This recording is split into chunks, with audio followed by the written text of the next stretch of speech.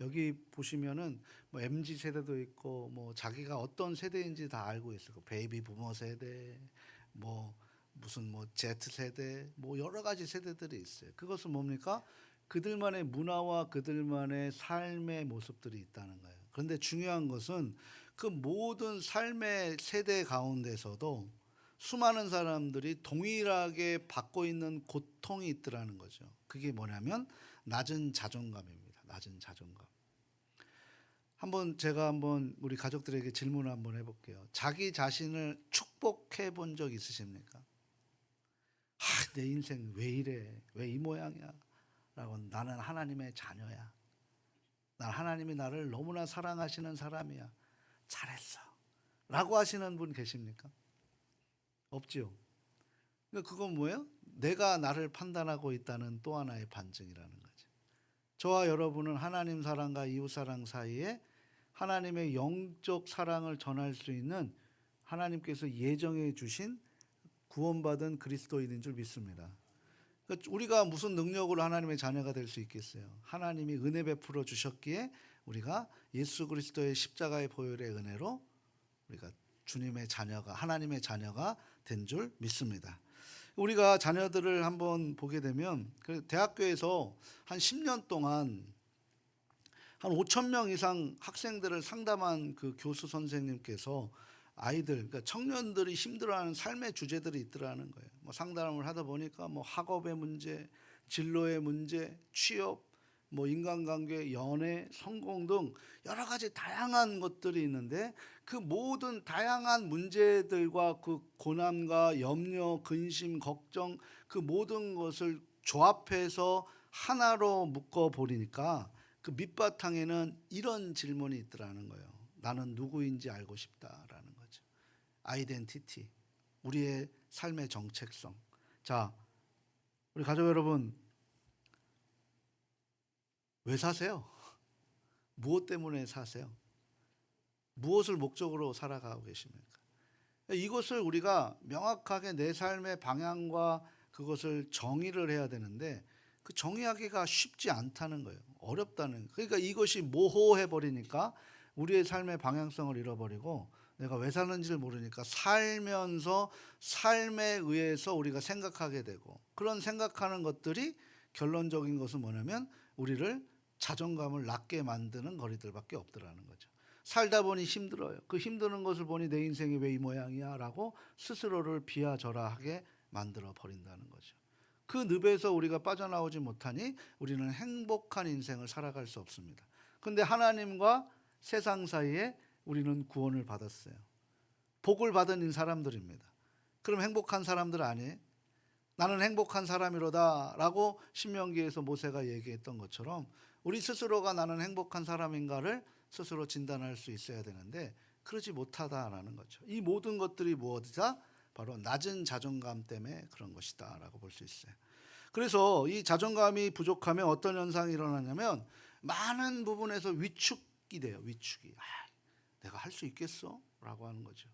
그래서 도전하려고 용기보다는 그 상황을 어떻게든 모면해 보려고 피할 생각들을 하게 됩니다. 그렇게 도망치고 피하다 보면 스스로 감당할 수 없는 위기에 봉착하게 되고 그것을 통해서 우리의 삶에 지금까지 만들어 놓고 노력하고 했던 모든 것들이 무너지게 되면서 한순간에 내가 왜 살아야 되는지를 모르는 정말 우리로 얘기하면 요즘 시대로 얘기하면 멘붕의 세대, 멘탈이 붕괴되는 그런 상황으로 전개될 때 그 늪에서 빠져나오기가 쉽지 않다는 거예요.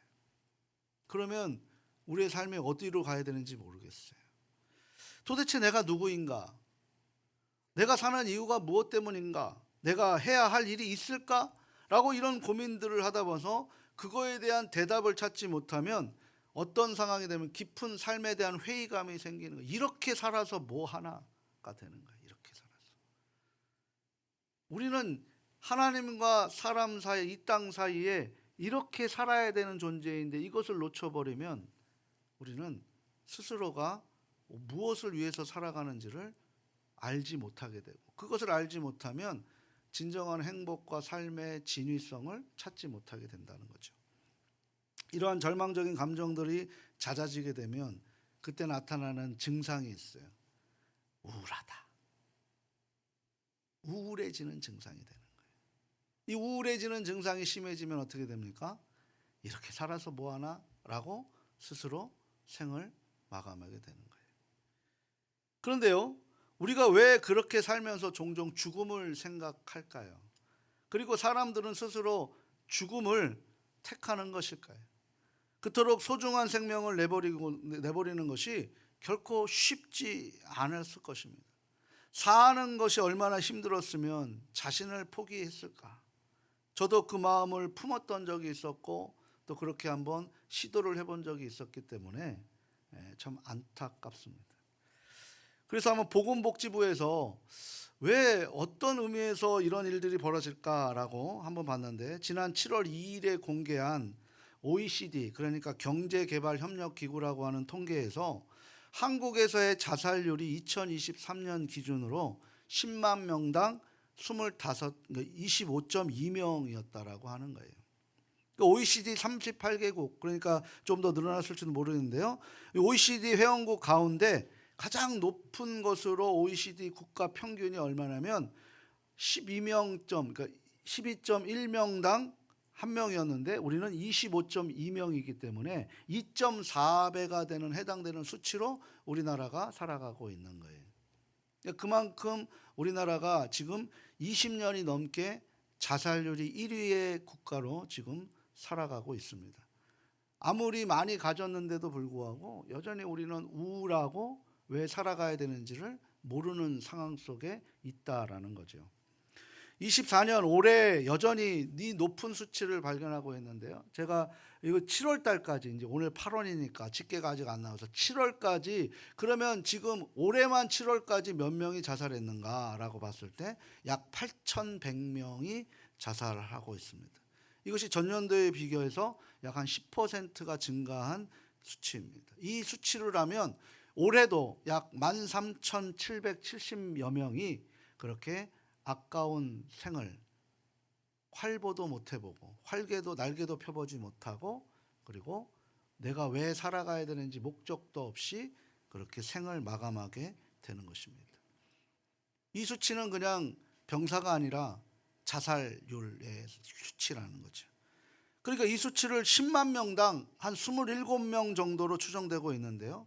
이런 원인, 증가된 원인은 사회적 고립, 경제적 어려움, 코로나 팬데믹으로 인한 그런 후유증들이 있습니다. 그리고 이 팬데믹 이후로 굉장히 고립적인 삶을 살아가다 보니까 우리가 뭘 할 수 있는 것이 아무것도 없어요. 그래서 우울증이 생기는 거죠. 그 대표적인 원인들이 뭐 경제가 있고 건강, 고독, 사회적 고립, 삶의 목적과 상실, 그리고 그러다 보니 불안 증세가 생기고 우울함과 그다음에 막 조울증도 막 생기면서 요즘에 많은 이상적인 그런 현상들이 나타납니다. 열악한 주기 환경들이 지금 나타나고 있습니다.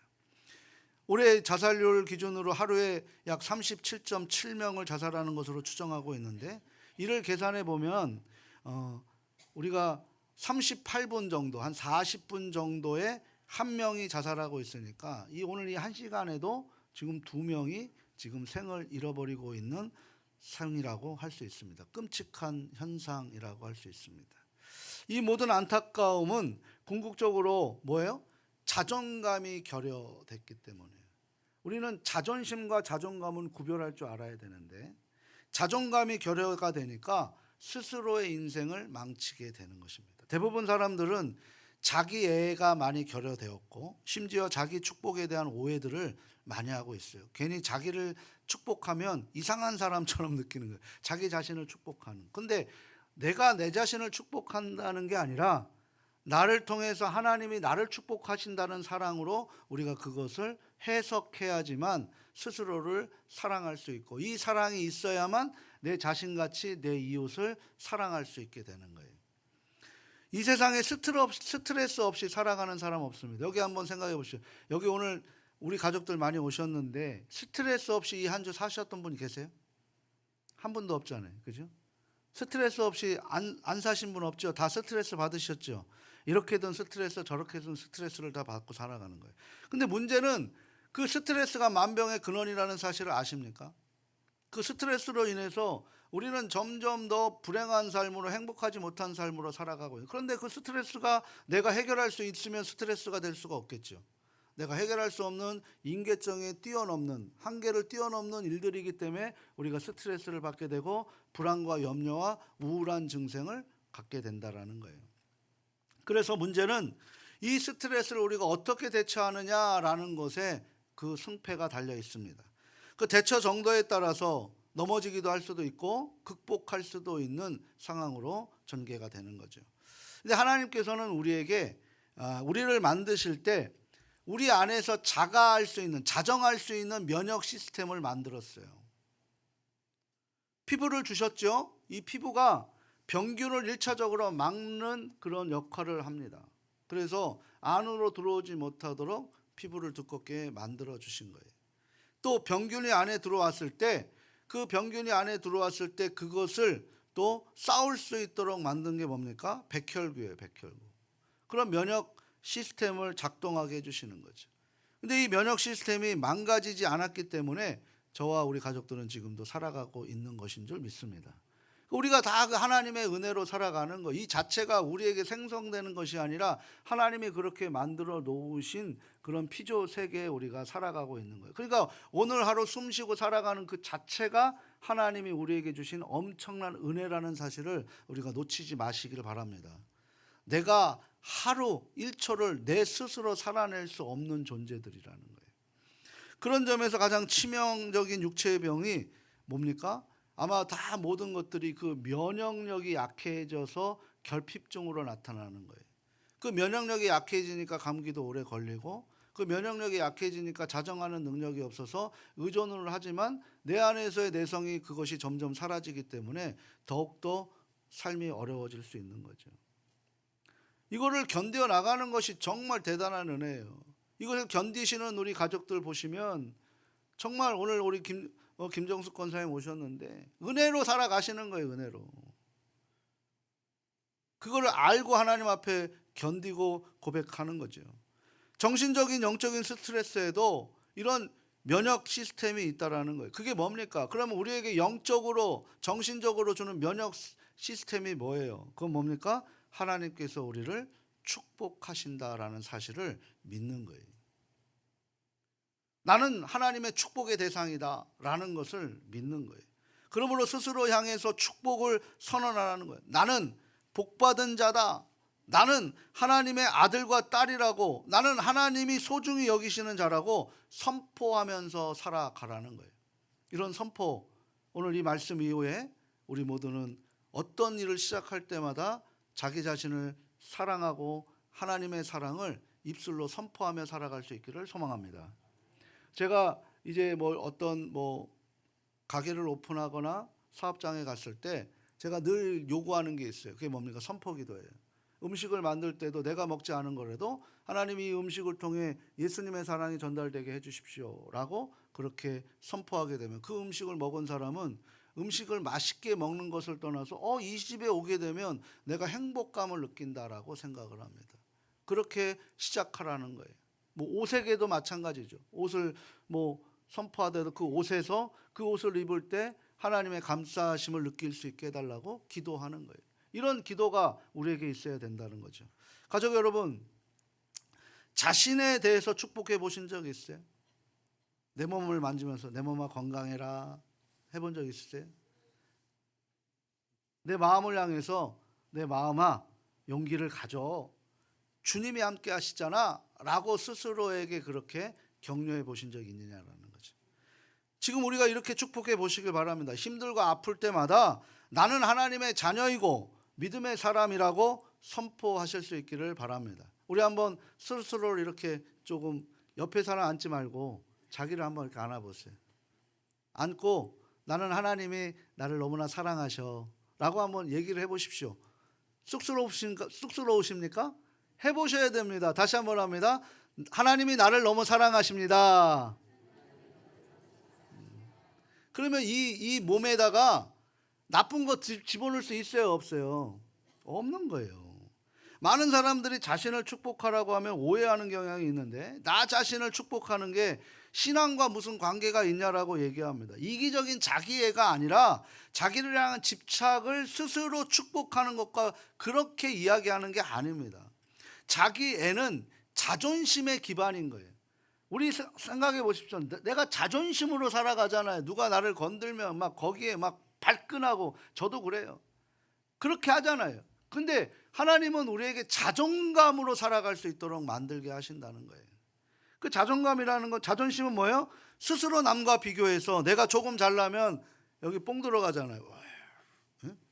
근데 내가 조금 못나면 어떻게 됩니까? 열등감에 우리 모두가 쌓여 있다는 거죠. 자존심이 강하고 고집센 사람들을 보게 되면 굉장히 내면적으로 연약하다라는 것을 알게 돼요. 자존심은 강한데 자존심이 약한 사람이 의외로 많습니다. 그러니까 자존심은 강하지만 자존감이 약한 경우가 굉장히 많아요. 그런데 성경은 뭐라고 얘기하냐면 자존감이 강하고 자존심을 내려놓으라고 얘기를 해요. 그게 바로 하나님과 나 사이, 세상 사이에 있는 우리의 모습이라고 할 수 있는 거죠. 그러니까 남자들이 평상시에 자존심 발휘해서 야, 걱정하지 마, 내가 다 할 수 있어 라고 얘기하면서 어디 가서 대포집에 가서 소주 한 잔 먹고 죽겠다, 아이고 힘들다. 왜 그럽니까? 왜 그럽니까? 자존심 세우다가 그렇게 되는 거잖아요. 우리 임종민 장로님이 이제 그 이전에 그 직장 생활 하실 때 그 이제 모시는 회장님이 그 알코올 도수 조금 내리자고 하니까 그 회장님이 막 발성을 해갖고, 그러면 이 대한민국 모든 사람들을 알코올 중독자로 만들 것이냐 라고 그렇게 하게 된 거예요. 우리가 어떻게 됩니까? 막 자존심이 세니까 걱정하지 마, 그리고 뒤에 가서 이거 하잖아요. 이게 뭡니까? 그러면서 어떻게 돼요? 자기를 잃어버리게 되는 거예요. 자기를. 다음날 일어나서 먹게 되면 술 때문에 죽겠다고, 자기가 먹고 나서 술 때문에 죽겠다고 해요. 이게 자존심 강한 사람들의 특징이 되는 거죠. 그리스 신화에 보면 나르시스라는 인물이 나와요. 그 나르시스라는 인물이 우리 처럼 너무나 아름답게 모습이 보여서 자기 얼굴을 보면서 감탄하시는 분 있어요? 우와, 내가 이렇게 예뻐? 감탄하시는 분 있으세요? 네, 우리 교회는 되게 많은 것 같아요. 근데 이 나르시스라는 사람이 연못에 자기 얼굴을 보고 뿅 간 거예요. 자기 얼굴을 보고. 그래서 그 모습에 사랑에 빠져서 결국 어떻게 된 줄 아십니까? 연못에 빠져 죽어버립니다. 그래서 생긴 그런 그 자기도취에 빠진 것을 우리는 뭐냐면 나르시시즘이라고 얘기를 하는 거예요. 나르시시즘. 자기에만 집착하면 굉장히 위험합니다. 바로 자존심은 자기만을 축복하는 자존감과는 완전히 다른 거예요. 자기를 축복하는, 그러니까 자기만을 위하는 것, 하나님의 사랑을 내가 담아만 내면 그것은 탐욕이 됩니다. 근데 그것을 흘려보내야지만 그게 사랑이 되는 거예요.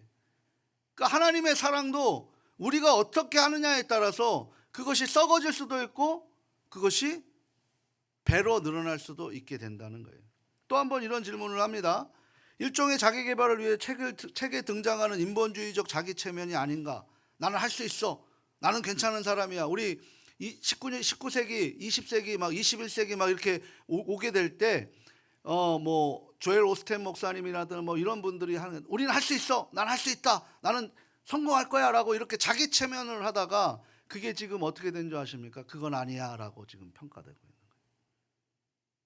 내가 할 수 있는 게 아니라 빌립보서 4장 17절, 18절 주 안에서 주님이 나에게 공급해 주시는 것으로 우리가 할 수 있게 되는 거예요. 그러니까 이들은 굉장히 차이가 있는 거죠. 자기를 축복하는 것도 그리스도 예수의 이름으로 축복하는 것이 자기 자신을 축복하는 게 아니란 말이에요. 자기 자신을 축복하는 것도 하나님이 나를 사랑하시는 자녀야, 나를 위해서 예수님이 죽으셨어라고 그렇게 우리가 축복하면서 살아갈 때 내 삶이 아니라 그리스도의 삶으로 우리가 살아내는 것이죠. 그게 바로 하나님 사랑과 이웃 사랑 사이에 있는 우리들의 현실이고 모습이어야 될 줄 믿습니다. 그래서 이 축복의 근원이 내게 있지 않고 하나님과 예수 그리스도 안에 있다라는 거예요. 그러면 신념이라는 게 있고 신앙이라는 게 있는데, 신념은 뭐예요? 자기 확신이에요. 자기 확신. 근데 신앙은 뭡니까? 말씀 위에 기초하는 게 신앙입니다. 그러니까 다시 말하면 자신을 예수 그리스도의 이름으로 축복하는 것은 하나님의 말씀 약속 때문에 축복하는 것이죠. 하나님이 우리를 끝까지 책임져 주신다는 그 언약의 말씀 때문에 스스로를 축복하는 겁니다. 이것은 자기 세뇌와 자기 개발을 위한 신념과는 완전히 다른 거예요. 여러분, 나를 위해서 내가 무엇을 할 것이라고 하는 것, 우리 스스로가 우리를 세뇌하고 있는 거예요. 근데 주님이 우리에게 나를 사랑하시는 만큼 내가 그 사랑을 내려보내겠다라고 이야기하면 그것은 하나님이 책임져 주시는 거죠. 우리 인생, 내가 책임질 인생이 아니라 주님이 책임져 주신 인생으로 살아가시기를 주님의 이름으로 축복합니다. 이것이 행복한 사람의 모습이에요. 어떤 분이 질문을 하죠. 자기를 자꾸 축복하면 교만해지지 않을까요? 다른 이야기예요. 다른 이야기. 내가 예수 그리스도 앞에서 나를 축복하게 되면 내가 누구인지를 알게 된다는 거예요. 내가 사랑받기 위해 태어났구나. 그럼 사랑받았기 때문에 그 사랑을 받은 경험을 가지고 전할 수 있게 되는 거예요. 이게 바로 하나님 사랑과 이웃 사랑 사이에 있는 우리가 되어야 될 줄 믿습니다. 그때 참된 자아를 깨닫게 되는 거죠. 그러면 자존감은 교만과는 다른 거예요. 오히려 더 겸손해지고 내 이웃도 소중한 존재로 생각하게 되는 것입니다. 오늘 본문을 보게 되면 구약의 10계명을 예수님께서 2계명으로 완벽하게 정리하셨어요. 바로 하나님 사랑과 이웃 사랑이죠. 마가복음 12장 29절에서 31절 말씀 다시 한번 읽어보도록 합니다. 함께 읽겠습니다. 예수께서 대답하시되 첫째는 이것이니 이스라엘아 들으라. 주 곧 우리 하나님은 유일한 주시라. 내 마음을 다하고 목숨을 다하고 뜻을 다하고 힘을 다하여 주 너의 하나님을 사랑하라 하신 것이요. 둘째는 이것이니 내 이웃을 내 자신과 같이 사랑하라 하신 것이라. 이보다 더 큰 계명이 없느니라. 아멘. 그러니까 38절에서 보게 되면 내 마음을 다하고 목숨을 다하고 뜻을 다하고 힘을 다하여 주 너의 하나님을 사랑하라. 왜? 하나님이 우리를 그렇게 사랑하셨기 때문에. 그 하나님 사랑의 대상은 누구예요? 내가 되는 거예요. 내가. 그죠? 그리고 둘째는 뭐예요? 내 이웃을 내 자신과 같이 사랑하라. 그러니까 뭐예요? 나를 사랑하지 못하면서 남을 사랑할 수 있어요? 없는 거예요. 이건 성립이 안 되는 거예요. 그러니까 이웃 사랑의 중심에도 누가 있는 거예요? 내가 있는 거예요. 내가. 그러면 여기에서 사랑에 잘해야 될 것은 뭡니까? 내가 잘하면 되는 거야. 어떻게? 하나님 사랑을 내가 정말 기쁨으로 받고 그 사랑을 내가 여지없이 나를 사랑하는 것만큼 하나님이 나를 축복해 주시는 것을 내 스스로가 인정을 하고, 그래서 축복받지 못하고 자존감이 없는 그 사람들에게 그 사랑을 전달할 때, 바로 내 이웃을 내 몸과 같이 사랑할 때, 이것이 바로 더 큰 계명, 하나님이 원하시는 뜻, 이거보다 더 큰 것이 없다라고 지금 말씀하고 계시는 것인 줄 믿습니다. 근데 우리는 자꾸 받으려고만 하잖아요. 받으셨잖아요. 받으셨죠? 복을 찾으시는 분입니까? 복을 누리셔야 되는 분입니까? 복을 누리셔야 되는 건데 우리는 자꾸 복을 찾고 있으니까 그 복이 없는 거죠. 하나님이 없는 복을 찾으면 그 복이 있게 되냐는 거죠. 하나님이 없는 복이 아니라 하나님이 인정하지 않는 복을 우리가 찾고 있는 거잖아요. 예수님께서도 이렇게 말씀하시는 거예요. 내 자신같이 내 이웃을 사랑하라. 내가 너 자신을 미워하면, 너가 너 스스로를 미워하면 어떻게 이웃을 사랑할 수 있겠느냐. 너가 너를 스스로 조롱하면, 평가절하하면 너가 다른 사람을 어떻게 무시하고 멸시할 수밖에 없지 않겠느냐 라고 지금 말씀하고 있는 말씀이 오늘 이 말씀이라는 거예요. 사랑을 하되 어떻게 하라는 거예요? 내 자신같이 사랑하라라는 거죠. 즉 자신을 소중히 여기고 나의 나됨은 하나님 앞에서 감사할 줄로 여길 줄 아는 사람이 남도 귀한 존재로 알고 그의 인격도 존중하게 된다는 거예요.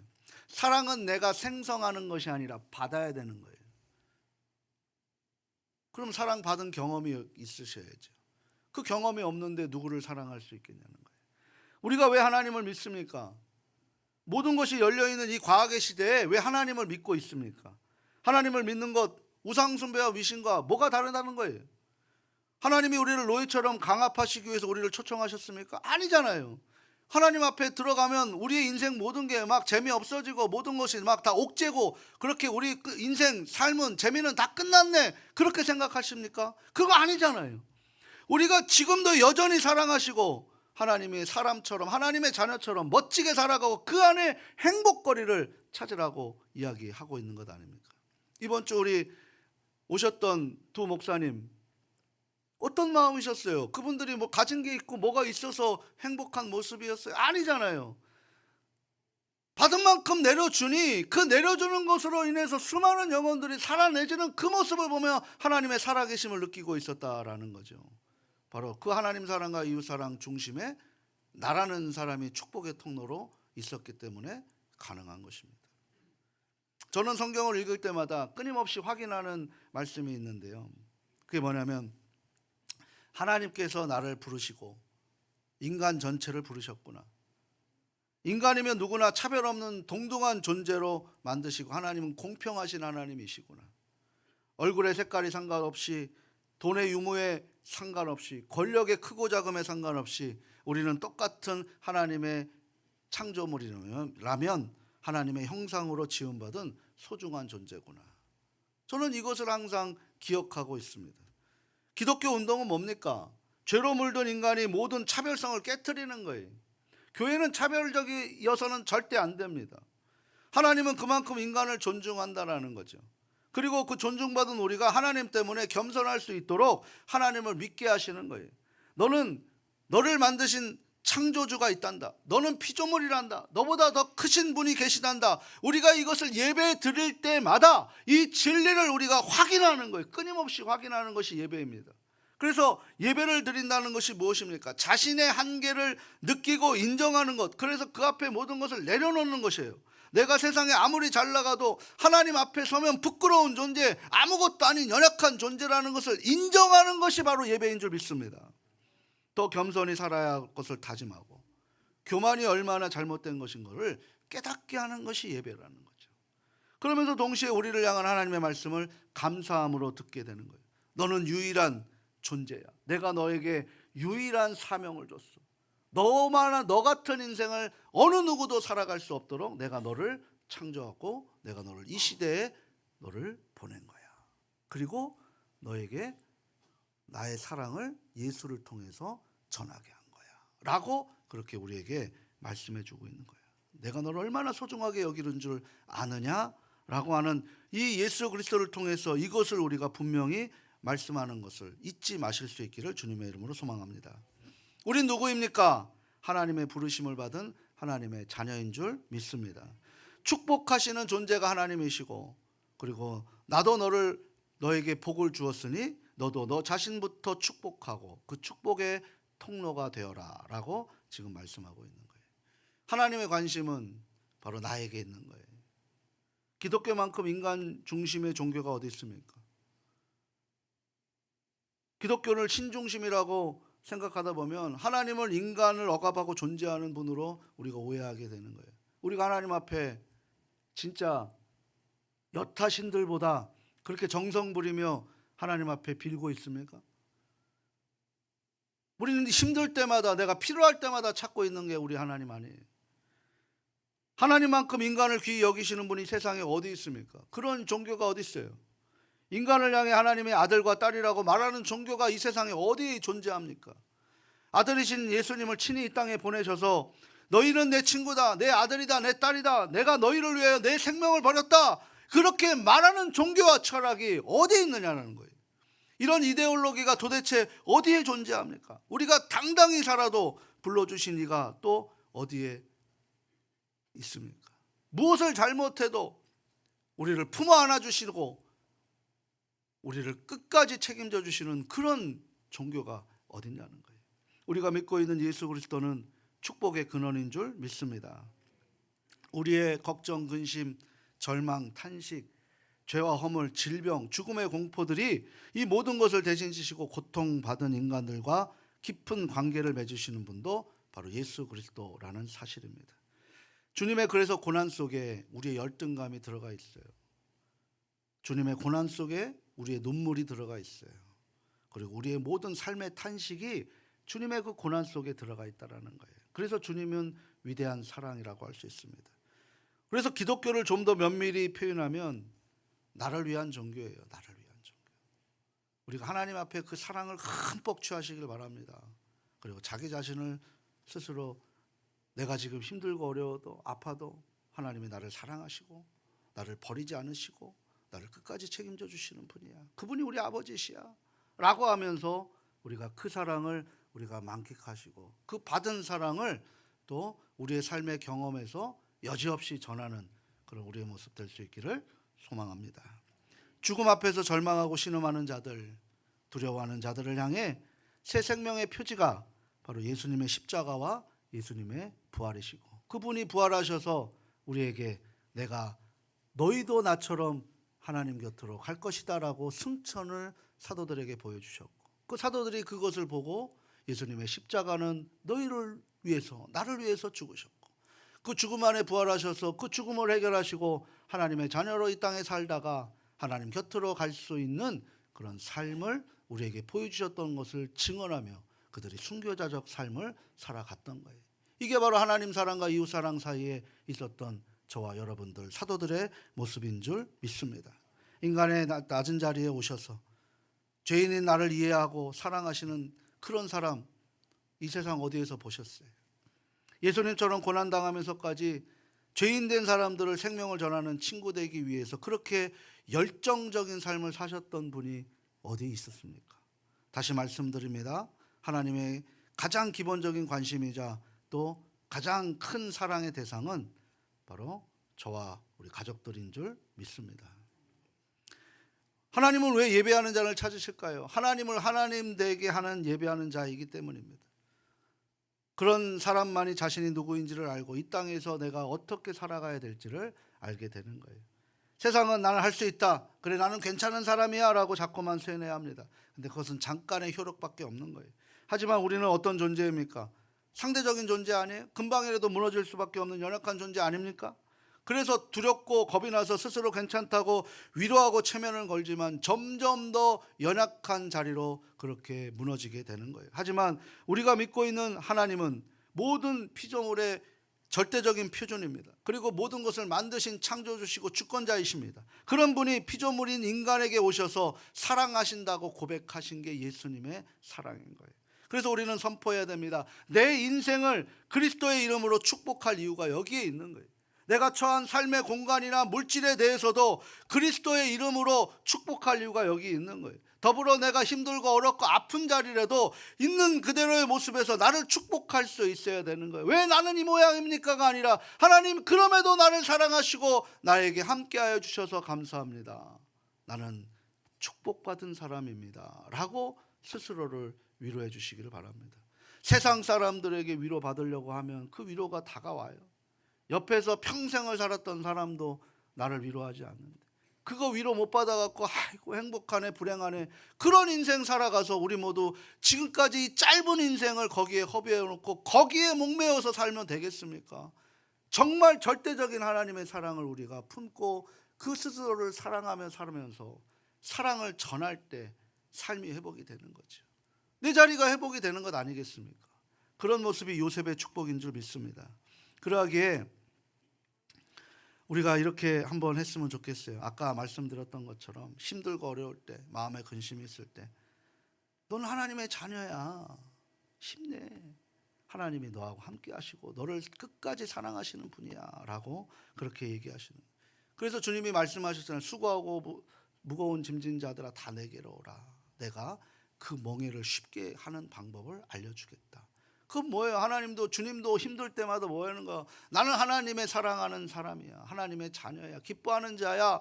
그러니 나는 주님 의지하며 살아갈 수 있어. 오늘도 힘들고 어렵고 환경이 어렵지만 내가 연약하고 아프지만 오늘도 내가 그 가운데 기쁨과 눈물과 그리고 하나님 앞에 감사로 살아갈 수 있어 라고 스스로를 축복하며 살아가는 우리 모두 될 수 있기를 소망합니다. 우리가 두 가지로 우리가 그래서 해야 되는데요. 첫 번째는 뭐예요? 먼저 나 자신을 향해서 하나님의 정의의 잣대를 대야 합니다. 다른 사람에게 향한 잣대를 대기 전에 먼저 나에게 향해야 되는 거예요. 성경은 바로 나를 향한 마음이라는 거죠. 하나님이 나를 얼마나 사랑하시는지를 느낄 수 있도록 만드는 거예요. 세상 사람보다 더 날카롭고 엄정하게 나 자신을 하나님 앞에 내려놓아야 됩니다. 그게 무엇입니까? 내가 얼마나 많은 제약과 한계를 가진 존재인지, 내가 얼마나 자주 실수하는 존재인지, 내가 얼마나 죄와 정욕에 붙들려 있는 존재인지 하나님 앞에 내려놓는 거예요. 사도 바울이 그것을 로마서 7장에서 예수님을 만나고 하나님 앞에 자신의 실존의 한계를 이렇게 고백을 합니다. 로마서 7장 17절 말씀이 19절 말씀에 같이 함께 읽어봅니다. 내가 원하는 바 선은 행하지 아니하고 도리어 원하지 아니하는 바 악을 행하는도다. 오라 나는 곤고한 사람이로다. 이 사망의 몸에서 누가 나를 건져내랴. 아멘. 로마서 7장 24절도 지금 이 말씀을 하고 있는, 스스로 건져내보려고 애를 써보지만 안 되는 거예요. 죽음을 우리가 어떻게 해결할 수 있겠습니까? 내 속에 죄악이 있고 부정함이 있고 결함이 있고 시간과 공간의 한계가 있어서 할 수 없다는 거예요. 우리는 그래서 이 땅을 잘 마무리하기 위해서 오늘을 살아가는 거예요. 세상은 웰빙을 위해서 살아가고 투자하지만 우리는 웰다잉, 바로 하나님께 잘 가기 위해서 오늘을 내가 나를 축복하고 그 사랑을 전하며 살아가는 게 바로 우리의 사명인 줄 믿습니다. 이번 수련회가 그런 사명에 도전하라는 거예요. 스스로를 먼저 하나님의 자녀라고 인정을 하고 그 자녀를 통해서 받은 사랑을 여지없이 나눠줄 때 하나님의 놀라운 은혜가 펼쳐질 줄 믿습니다. 두 번째죠. 두 번째 한번 더 읽어봅니다. 나 자신을 향한 하나님의 자비, 긍휼, 사랑의 잣대를 대야 합니다. 이런 나를 위해 하나님은 예수님을 이 땅에 보내주셨구나. 예수님의 이름으로 나 같은 자를 용서해 주셨구나. 내 죄의 짐을 주님이 대신 지셨구나. 나를 그런데도 위로하시고 격려해 주시는 분이시구나. 나를 하나님의 아들과 하나님의 딸로 나를 만드시고 세워주셨구나. 내가 뭔데? 내가 한 것이 아무것도 없는데. 그래야만 그 사랑이 기초해야 내 이웃을 내 자신같이 사랑하게 되는 줄 믿습니다. 하나님은 나를 사랑으로 용서하셨는데 내가 나를 사랑하지 못하는 안타까움이 간혹 있어요. 그래서 로마서 8장에 보게 되면 바울이 이것에 대해 고민을 하다가 그리스도 안에 자기의 자기의 실존을 경험하게 되고 승리의 노래를 부르는 것이 로마서 8장 38절 39절이에요. 같이 한번 읽어보도록 합니다. 내가 확신하노니 사망이나 생명이나 천사들이나 권세자들이나 현재일이나 장래일이나 능력이나 높음이나 깊음이나 다른 어떤 피조물이라도 우리를 우리 주 그리스도 예수 안에 있는 하나님의 사랑에서 끊을 수 없으리라. 아멘. 그 어떤 것도 우리를 끊을 수 없다는 거예요. 그리스도 안에 있는 하나님의 사랑 안에 결코 나를 끊을 수 없다는 승리의 노래를 바울이 하고 있는 거죠. 결국 하나님이 주신 이 확신을 가지고 스스로를 축복했던 것입니다. 그 축복했던 그 바울이 어떤 삶을 살았어요? 자신의 삶을 사는 것이 아니라 자신의 삶에서 하나님의 삶을 살면서 만족하고 자족하는 삶을 살아가고 그것이 행복하다고, 그래서 그 선한 영향력을 끼치면서 오늘 우리에게까지 예수님이 전달되는 위대한 일을 하게 된 것인 줄 믿습니다.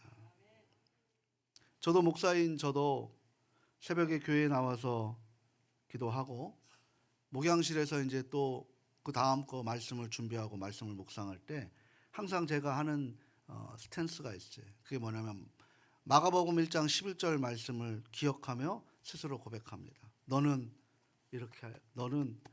내 사랑하는 아들이다. 내가 기뻐하는 자다라고 스스로를 그렇게 말하면서 기도합니다. 하나님 아버지, 그 예수님께 말씀하셨던 그 말씀이 저에게도 깨닫고 저 스스로도 그렇게 사랑하며 살아갈 수 있도록 도와주십시오. 이게 저의 시작 기도예요. 하루 시작 기도입니다. 신념은 자기 생각으로 살아갈 체면을 건다면 신앙, 믿음의 사람은 하나님의 말씀을 붙들고 자기를 위해서 선포합니다. 거기에는 위대한 약속이 있습니다. 거기에는 생명이 있습니다. 그래서 생명의 약속을 붙들고 나 자신을 위해 선언하는 거예요. 가슴에 손을 얹고 우리 한번 이렇게 한번 가슴에 손 한번 얹어 보십시오. 그리고 이렇게 같이 한번 고백해 보십시오. 화면을 통해서 하나님, 내 영혼의 기쁨을 주옵소서. 내 영혼의 걱정과 두려움을 물리쳐 주시고 하나님의 평안을 주옵소서라고 기도하십시오. 그리고 우리의 연약한 몸이 있으면 거기를 만지면서 하나님, 또 한번 같이 합니다. 내 몸을 축복하시고 하나님의 사랑의 기운을 불어넣어 주시옵소서. 이 선포가 우리에게 하나님의 사랑을 느끼게 될 줄 믿습니다. 사랑하고 소중하고 존경하는 가족 여러분, 하나님은 우리에게 귀한 축복을 허락하셨습니다. 하나님의 사랑 생각할 때마다 내가 정말 그 사랑 받을 수 있는 깜냥이 되는가? 그럼에도 불구하고 우리를 여전히 사랑하시는데도 나는 여전히 하나님 앞에 사랑거리를 내놓지 못하고 있어요. 하나님의 이름으로, 예수 그리스도의 이름으로 자신을 축복할 줄 알아야 하나님도 바르게 사랑하고 이웃도 바르게 사랑을 할 줄 믿습니다. 오늘 이 시간 우리 가족들 하나님이 얼마나 사랑하시는 분이시라는 사실을 알고 내가 조금 힘들고 아파도 주님이 우리 곁에서 항상 함께 하신다는 사실을 믿으셔서 우리가 주님 부르시는 그날까지 나를 축복하면서 내 이웃에게 사랑을 전하는 요셉의 축복의 형통의 은혜가 차고 넘치기를 주님 안으로서 축원합니다.